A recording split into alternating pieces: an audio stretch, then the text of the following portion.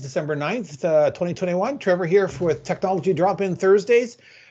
Here's our agenda, as you can see on the side here. So we've got some new stuff coming in.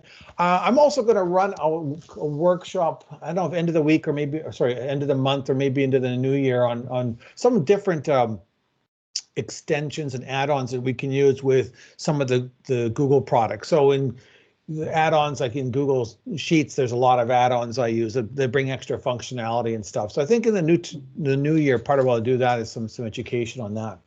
However, today, the big thing I want to talk about is how to edit PDFs stored in SharePoint. So one of the challenges that people have when they're working with SharePoint is they want to do their editing here. And a lot of people think that they need to download or they need to do desktop syncing, but you don't. So, and we've talked about this a number of times, but I'm just going to review it one more time. So anytime I see a document here, I can go in, if it's a Microsoft document, I can go in here, I can prompt and go to the open, and I can either open this and edit it in the browser version of the application, so Word, Excel, PowerPoint, or I can open up the desktop app. So it's basically still using the file stored in the cloud, but we're using our desktop app, and we get all the lovely functionality of Microsoft 365, which means that we get to collaboratively work on stuff, and anytime we change and save, it's saved automatically, but it's saved to that file in the cloud. Now, people for the longest time have been using the desktop syncing to work on PDFs, because the problem with PDFs is that you can't edit them. There is no menu here open. It can only open in the browser. And when you open in the browser, you're just viewing it. You can't actually edit it. So syncing the folder is one option that you could do. We've looked into there. But that syncing tool, even though Microsoft has said they've improved it, still has problems with it. So Wamik and I were playing around with stuff last week and found a great way to work with PDFs. And I did a video on it. I posted to the group. It's in the chat, or sorry, in the notes here and stuff, and I'll attach it to the video here. So please pass this around to any of your colleagues that are working in PDFs, because we do want to try and get away from that desktop syncing or downloading, editing, and uploading. So here's what you can do. You can actually go into Adobe Acrobat. And within Adobe Acrobat, there is an area here for other storage. So this is all of our stuff stored here locally. I typically do not use Adobe Acrobat's file sharing, like just another location to put stuff into. But I can add an account. And when you add an account, you can choose all of these things here. So what that does is it actually brings in that folder or directory right here. And now I can go in here and edit this directly.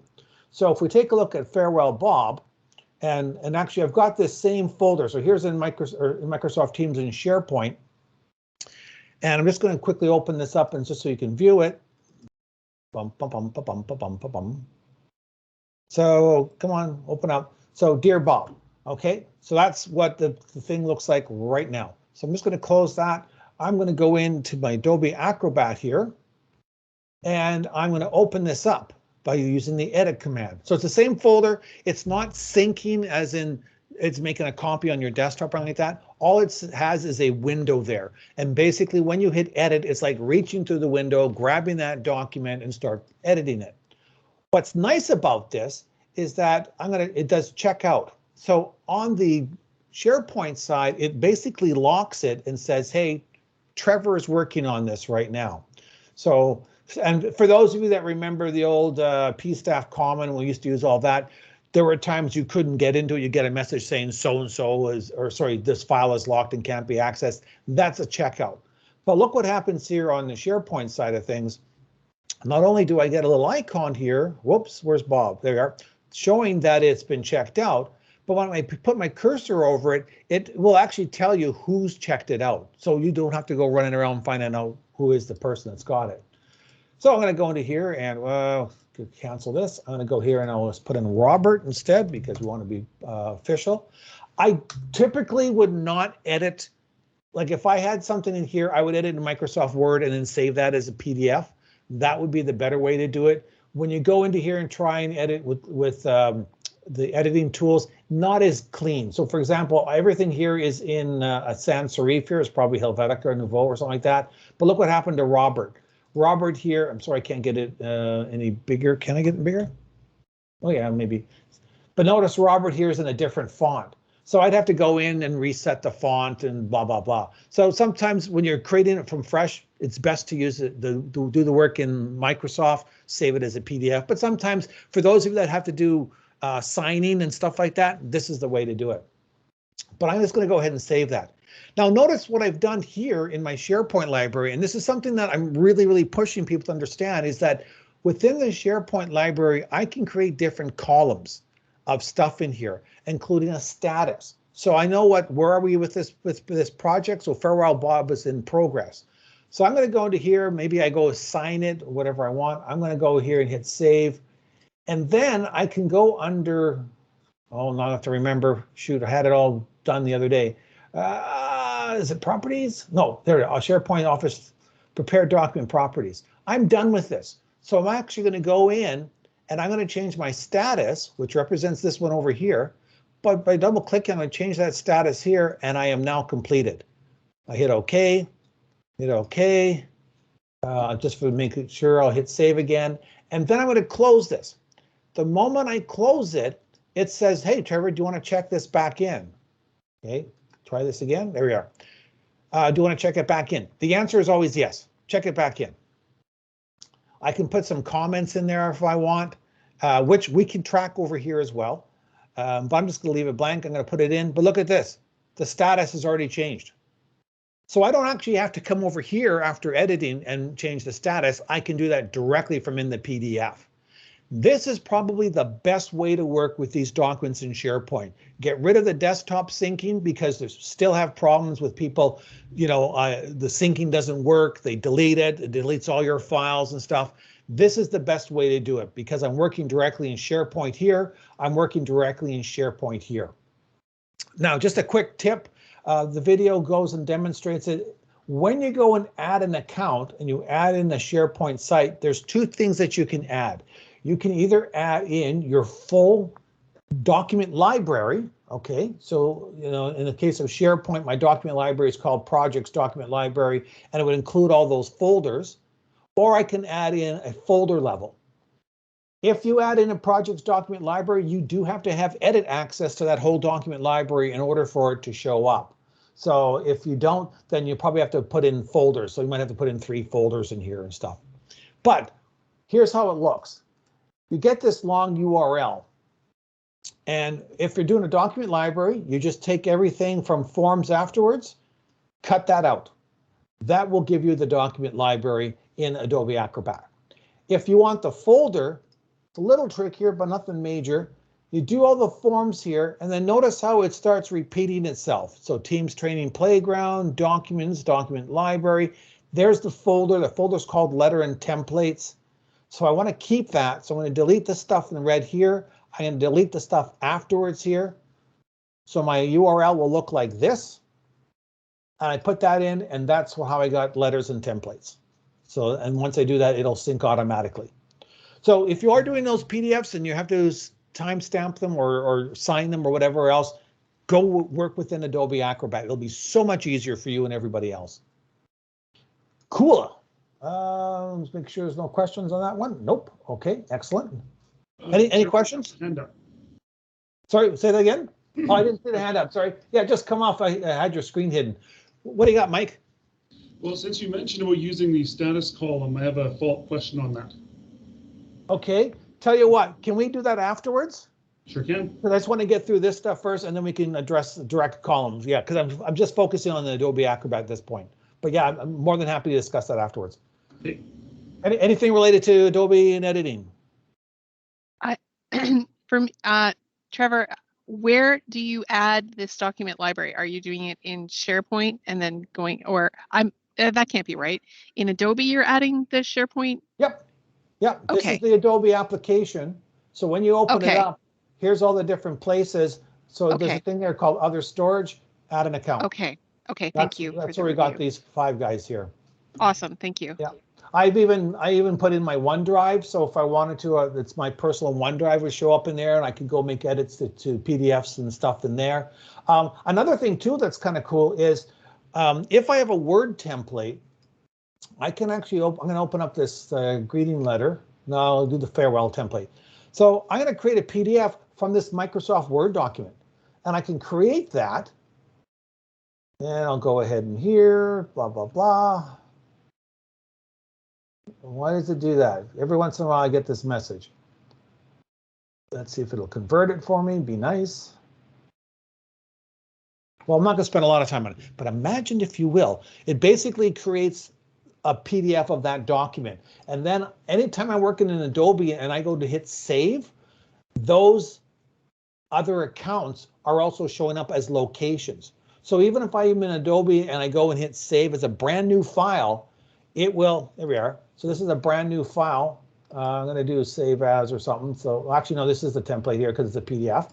So I could go in, I could make my changes here if I wanted to. But when I go to save this, it's going to say, hey, where do you want to save this? There's letters and templates. So that's going to go right back into that same location. I can save stuff there. I'll call this Trevor, just make life easier. Pop that in there. And then as part of the saving progress, there's that whole, do you want to change the status and stuff? So I'm going to go in here and change my status here to in progress. Hit OK, hit continue. And guess what? When we come back to Microsoft Teams here, or sorry, SharePoint, and I open it up, just going to take a second to finish saving over here and then refresh. Farewell, Trevor. Shazam! In progress. Very cool. So that's Adobe Acrobat and working with SharePoint. And quite honestly, I see that's going to be our future. I think that you'll find less problems with the syncing and stuff like that. That's probably just the easiest way to do it. Okay, I haven't got this confirmed, but I'm pretty sure I already know the answer, and the answer is true. We are going to lose the ability to record in Google Meet. We have a level of Google for Education is the free or standard version. As of January 9th, I believe it was, we will lose the ability to record our Google Meets. Okay, unless the university is going to expand and spend some money on that, which I don't see that happen anytime soon. So be aware of that. So if you've got meetings and stuff, better off using Microsoft Teams. It's in a lot of ways, it's a better product. Especially with the recording and with the transcripts and being able to searching and stuff like that. It's a better way of doing it. So Google Meet's going to lose that. I had done a session last year called Creating Recorded Video Tutorials. If you go into that session, there are instructions there or links to instructions on how you can record your screen based on your browser. So doing screen captures for Microsoft and Windows, video recorders for Microsoft and Windows. There's a couple of other apps there. So Screencastify, Screencast-O-Matic, Snagit. These all give you 5 minutes for free, or you can pay for it. I use Snagit. It's also a screen capture, so it does pictures as well as videos.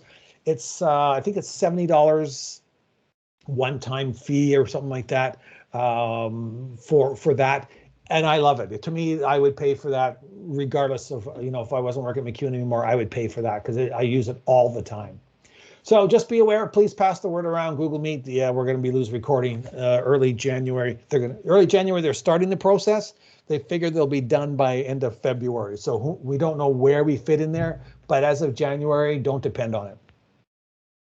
Google Docs has a feature here called Chip or Link, and it's usually tied in with a document that you've created here. So if I go into here and put in a link into any document, now here it says tab to replace with, and what it does is it actually puts in what's called a chip. And I'm just going to hit return just so you can see what the difference is. So here's my piece of text here. When I click on a link, if it's publicly visible, Google's going to go and take a look at it and says, hey, I see that there's a menu, or sorry, a proper title for it. Do you want to replace this gobbledygook with a proper title? Now, years ago, and this is, you can see I still have this kind of habit. I put in the name of the title and then I put in this URL. That made sense when we would print off these documents, but we don't print off documents as much anymore. So every document that we create, you come to this document, it's a live link. I don't need to include this anymore. It's a habit I got to try and get out of, but it's just one I keep going with. So when I go and put a link here and I click on it, it says, hey, do you want to replace it with a chip, which is basically a little segment that it calls it, or a link? So I'm just going to go chip for a second here. Actually, let me do this first. Then I'll go into here. We'll just put the link in one more time. Okay, I'm going to hit enter. So there's my link. I'm going to go back here. Do you want a chip or a link? So the chip's going to look like this. There's the title in there. I can't change the title. The title's based on the title of the document here. So that doesn't get changed. There's a little icon there to show you what it is. If I did link, which is like this one here, watch what happens. It takes the title and makes it a link. But now I can go in and I can change the title of this. So depending on what you want to do, you're going to insert your link as either a link or a chip. Typically, it depends on what I'm doing. I like to have the little icon there so people can see it, the mouse over and stuff. Here, you still get the mouse over and it shows up, but I can change the name if I want it shorter, because sometimes some of these documents you link to are really long. You can get by with 3 or 4 words. So that's just something new that's coming out with Google Docs. For those of you that are using iOS 15, which would include me, iOS 15 has something called live text. And what that is I can actually take my camera, point it to a piece of text, and then on screen, your phone will go, oh, I know what that is, and then actually use it and copy and paste like regular text. So let me give you an example here. I'm going to pull up my iPad. Here you are. There's that window. Where's Trevor's iPad? So you can see the iPad. So I'm just going to pull it up real quick. My puppy. All right, so let me pull in the camera here. Whoops, let's do it this way. Camera, that up there. So there's my camera and stuff. I'm going to point this over to, I'll just pull up something on the screen here. So, oh, I can't do it that way because you can't see what I'm looking at. Let me just do this. All right. Come on, be nice. There we go. So, do you see that? So you're looking at my screen through the iPad. So in the top, very top right-hand side, there's this thing that kind of looks like a square with a grid. When I click on it, it basically says, I recognize that there's text here. And do you want me to highlight it? So I'm just going to go try this again. Come on, here we go. There it is. So I can now grab this and just copy it. So this is live text. I just copy this, what it sees on the screen, I can do that. I can also do it from a image. So here's a piece of clip art that I grabbed before. Down in the bottom right-hand corner is that same icon. I click on that, and there's all the text that it recognizes. Whoops, try again, Trevor. Try again. I got to try a little bit. I can then, oh man. Imagine Trevor can actually get his act together.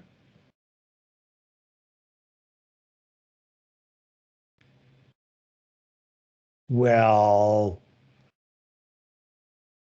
one more time. Okay, I'm not going to touch anything. So there you can see all the text that it recognizes.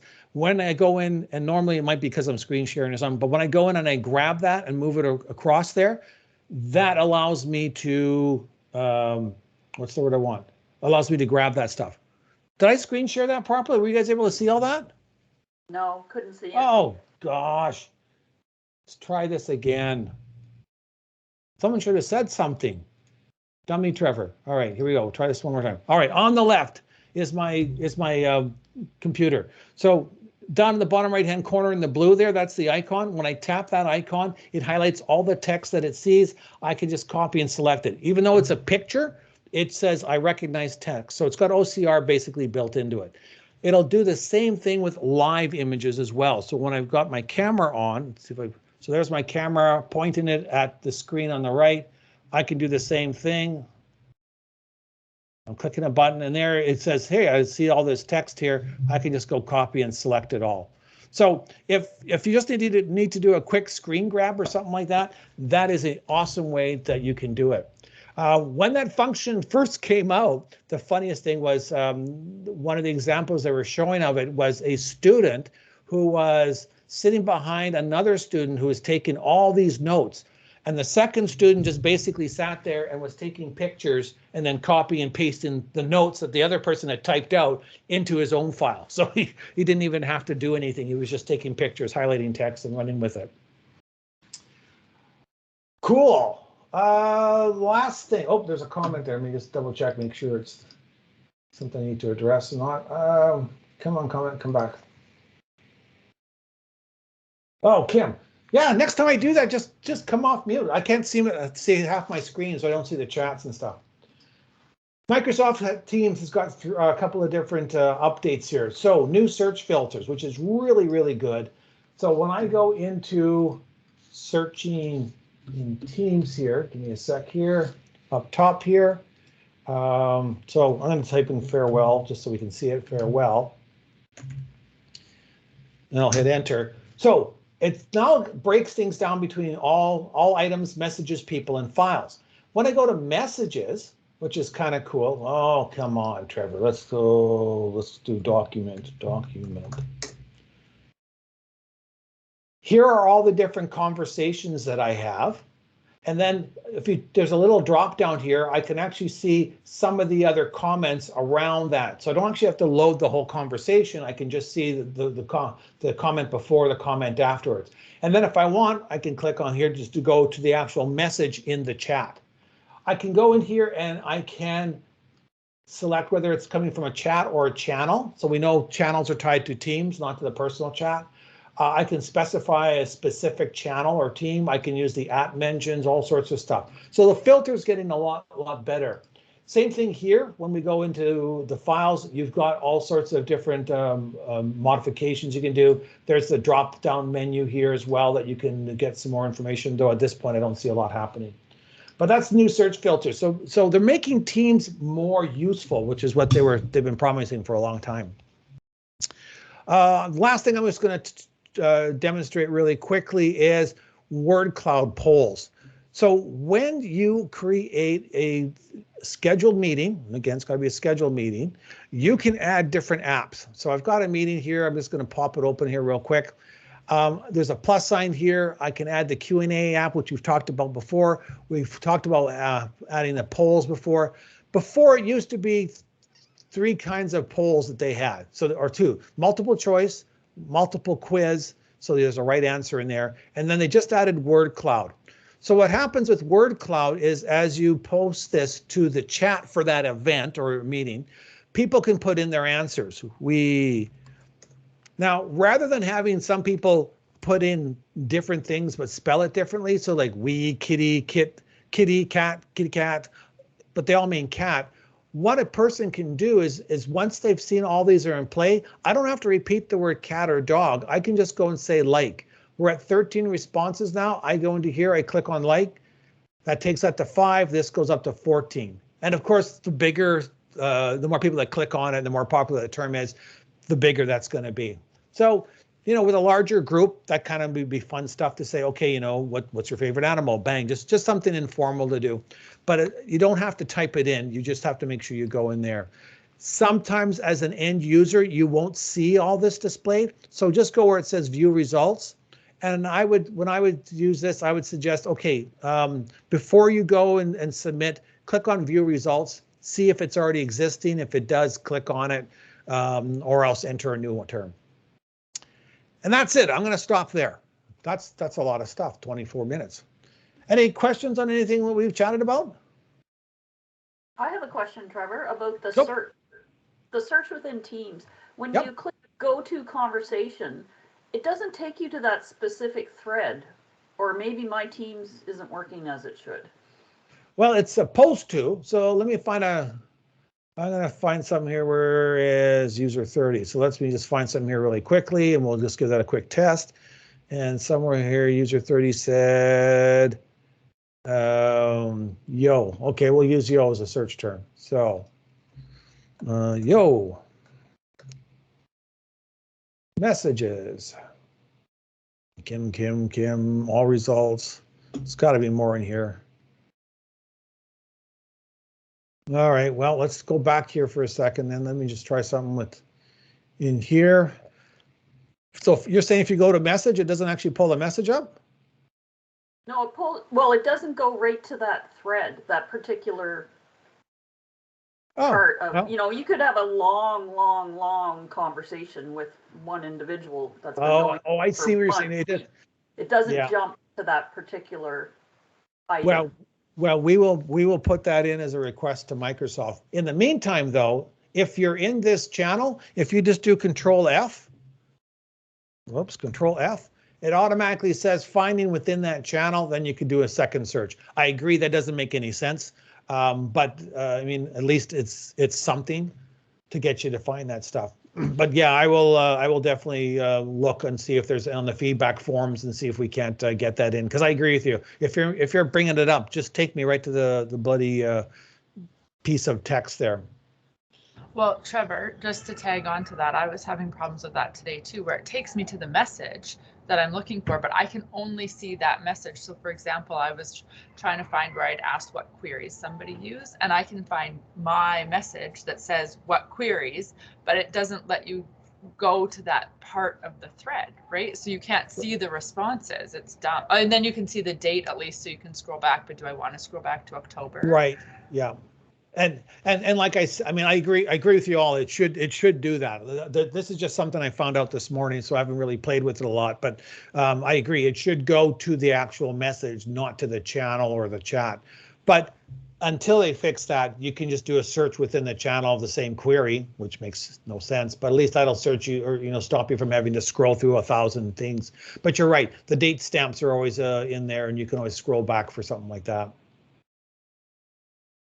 Any other questions on anything we've chatted about today?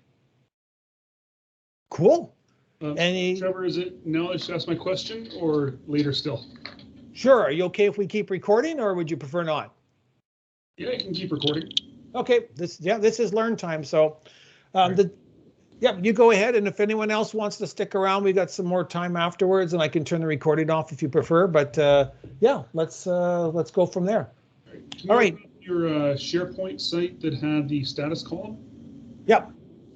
All right. So it's wonderful you've got them color coded, like the in progress and completed.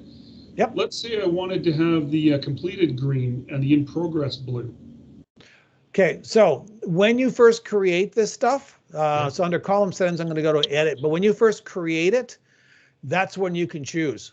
So here, I'm just going to bring it all up. So you want green, I just go out to the side here. I just pick my colors here. So I'm going to make this, I'll use this green for now, and I'll make this light blue, lighter blue. Okay. Save that. That's it. If it's happening already, can I change it? Yeah. So under status here, just go to column settings and edit. Okay. Right. So anything, I'm trying to remember, let me just try this, if it actually updates this too, because maybe I'm thinking of something else, but does it? Yeah, so here's the challenge though. You can't go in and rename something, because one of the settings that we have in SharePoint, we'll come back here, in the SharePoint, is the ability to, when I have this thing in here, let me just go into here quickly. Under options, or sorry, here it is, can add values manually. So that basically says, here's the 3 that we think everyone's going to use. But if there's a 4th one, we're going to allow that. So that's why when you go to rename this, you would actually have to go through, find all these and rename them. Now, it's easy enough to do, like you can do it with a filter view. And then if you go into edit and grid view, you can do a fill down, and that would work fine. But just so you're aware that it doesn't automatically update the choice list, because all the choice list is, here are some suggestions. Right. Use them or don't use them, but we're not going to rewrite your whatever you've chosen. Okay, good. Thank you. All right. Is that it? I'll ask you one other question. Sure. Just because you mentioned about the video recording software. Yep. I've been looking for ones, and I use Camtasia that does the screen capture along with the video capture at the same time. Yep. So Camtasia does that for me. Does Snagit that you use do that, or other ones do that? Okay, so if you're using Camtasia, just stick with that. Well, I mean, Camtasia is like the big brother of video, and you don't have to turn on your cameras. No, but if I wanted to, for a if I was advising a faculty member that wanted to be able to do a screen capture and a video capture at the same time, Is Camtasia really the one to go with, or do you have a recommendation on something less expensive? Well, if you want, okay, there's a couple of ways of doing it. Depends on how long you're doing. So Microsoft Stream has it built in. Now, faculty have access to it. If you're not faculty, you can request access to Microsoft Stream. And as part of Microsoft Stream, you can record yourself and your desktop, and you get 15 minutes, which is more than the freebie ones. The freebie ones are 5 minutes. Quite frankly, for a lot of stuff that a lot of people do, it's like a quick and dirty, show me how to do it. 5 minutes is plenty. But if you need to go a little bit longer, like 15 minutes, if you come under here, under create, you can record screen or video, and it's basically going to do exactly that. I can go in, I can choose a video source, and just like you do in Camtasia. The difference is you can't separate it.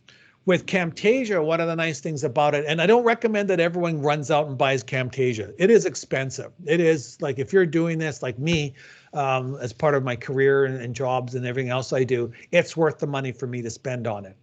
But it allows you to do, like, you know, put in a pointer, enlarge this section, blur out this section. It's heavy duty. If all you're doing is, hey guys, here's the steps to take to fill out this form, 1, 2, 3, and you're just demonstrating it, no way do you need that. Snagit, which I can't remember if it's got a free version. I thought someone said it did, but the nice thing about Snagit is it does screen captures in the sense of just an image. So for example, here's an image that I've got here. I use Snagit all the time. I would pay the money anytime. I can also, though, record videos with it. So when I go to record a video, hang on, where are they? So I'm going to select this area here. I can record the video. Oh, the other thing that's really cool is it does page scrolling. So if it's like 10 pages of your screen, I click on that, it captures all of it together, puts it all together as one long piece of graphic. So sometimes that's kind of handy. The video component of it is pretty straightforward. I'll just quickly do this now. It's only going to grab, I think it's only going to grab the screen. I don't think it's going to grab video of me because it's a screen piece. So it's going in here. Forget what you see, this part here. That's part of Teams. But I'm going to redo my recording. Then I'm finished. The one thing I like about it that I use for it is that I can take this video here. I can do a little cropping on the front and the back and in the middle, I think.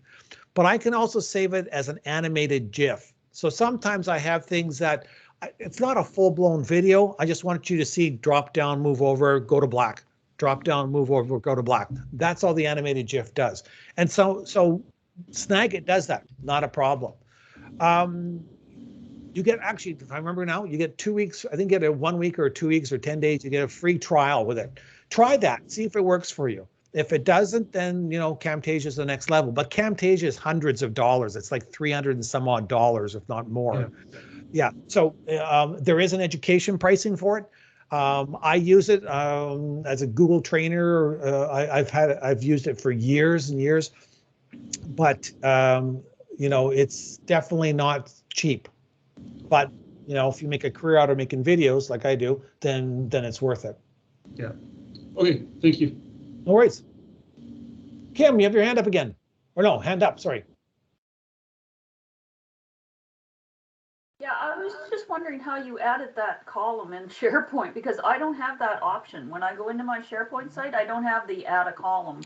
SharePoint, those things are only available if you are a owner or an editor of that space. So I am. Okay. I am. Yeah. Okay, so after, let me finish and see if there's anything else here. Then we'll take a look at your screen because I don't want to record your screen. So I'll stop the recording here. But then we'll look at it. Anyone else got anything you want to talk about? Okay, I'm going to stop the recording then. Dun, dun, dun, dun. I'm going to try and stop the recording.